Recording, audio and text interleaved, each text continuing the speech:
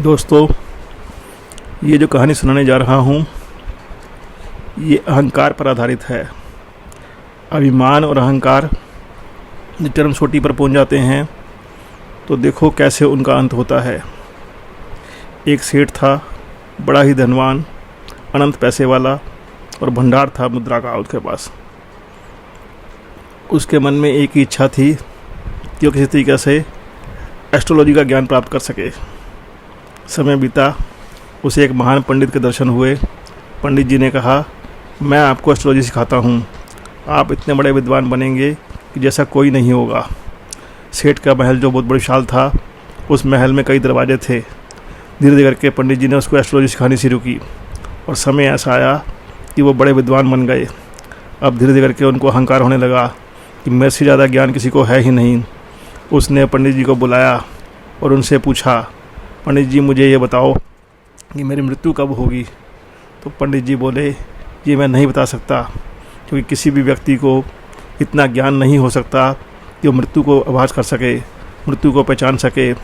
मृत्यु के स्थितियाँ बनती हैं, परंतु स्थितियाँ कब चेंज हो जाती हैं ये किसी को नहीं पता। तो मैं चाहकर भी इतना ज्ञान आपको नहीं दे सकता, क्योंकि मुझे इतना ज्ञान है नहीं। तो सेठ हंसा और बोला, कैसे नहीं है?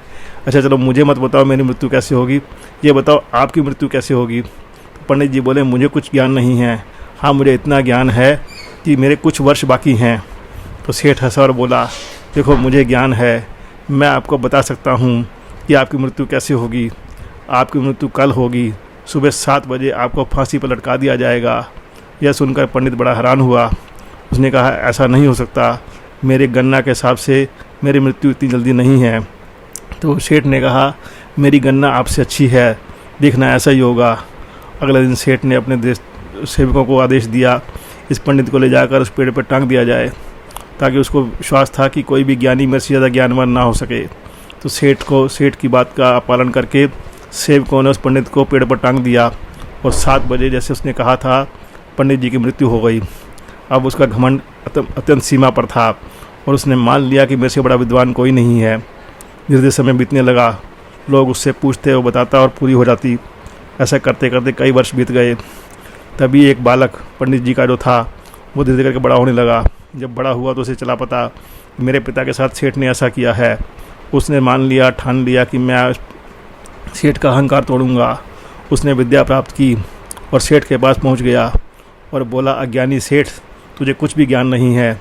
सेठ को इस बात पर बड़ा क्रोध आया। शर्त रखी गई कि अगर ज्ञान में जो हार जाएगा उसकी गर्दन काट दी जाएगी। सेठ ने स्वीकार की। बड़े बड़े विद्वान आए गणना करने के लिए। सेठ ने कहा, ठीक है, आप बताओ। पंडित के बेटे ने बोला, पूछो जो पूछना है, मैं आपको बताऊंगा, वो बात अवश्य पूरी होगी। सेठ ने कहा, ठीक है, आप मुझे ये बताओ, कल मुझे व्यापार के लिए जाना है।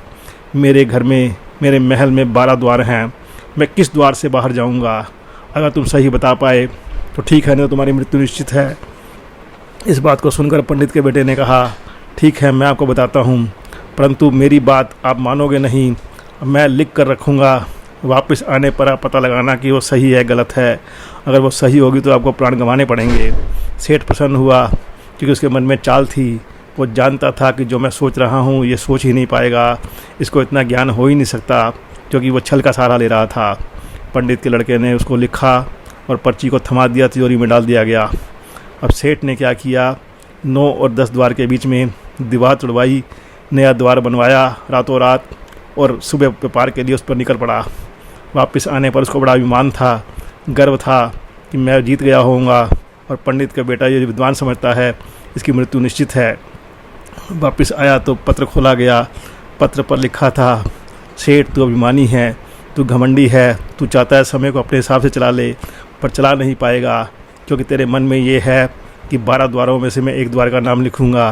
परंतु सत्य ये नहीं है। सत्य ये है कि 9 और 10 के बीच के जो दीवार है उसे तोड़कर तू नया द्वार बनाएगा और उससे वापस उसी से निकल कर जाएगा। यही तेरा ज्ञान है और यही तेरा अहंकार है। परंतु एस्ट्रोलॉजी साइंस कहती है कि जो हम कहेंगे वही सर्वश्रेष्ठ है, और मेरा ज्ञान तेरे से सर्वोपरि है। जब सेठ ने खत पढ़ा तो उसे अपनी बात का आभास हो गया। चरण पकड़ लिए कि बेटा मुझे माफ़ कर दो, मुझे नहीं पता था कि ज्ञानी आप हो, मैंने आपके पिताजी के साथ ऐसा किया, मैं दुराचारी हूँ। मुझे जैसा कष्ट देना चाहें, जो सजा देना चाहें, मैं स्वीकार करता हूँ। सब लोगों के बीच में उसने अपनी गर्दन काटने के लिए तलवार गर्दन पर रखी तो पंडित के बेटे ने उसका हाथ रोका और बोला, सेठ जी, मैं आपका वध करने नहीं आया, मैं आपको सिर्फ ज्ञान देने आया था। अहंकार को चरम सीमा पर मत ले जाओ कि वो आपकी मृत्यु का कारण बन जाए। आपने मेरे पिताजी के साथ ऐसा किया, परंतु मैं आपके साथ ऐसा नहीं करूँगा, क्योंकि मैं जैसे को तैसा पर विश्वास नहीं रखता। आपने प्रायश्चित कर लिया, यही मेरे लिए काफ़ी है।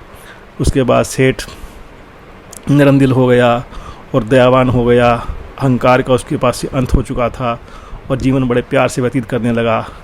तो दोस्तों, यही है, किसी भी ज्ञान का अहंकार कभी मत करो। पता नहीं कब वो ज्ञान की चरम सीमा जो हम समझते हैं उसको आकर कौन धराशायी कर दे। ज्ञान की कोई सीमा नहीं है, ज्ञान की कोई परिसीमा नहीं है। हमें ज्ञान को प्राप्त करना चाहिए, ग्रहण करना चाहिए और उस पर अभिमान नहीं करना चाहिए। तो यही मेरे दोस्तों आज की कहानी है। आपको ठीक लगा हो तो बताएं, तो सुझाव हो तो आमंत्रित हैं। धन्यवाद।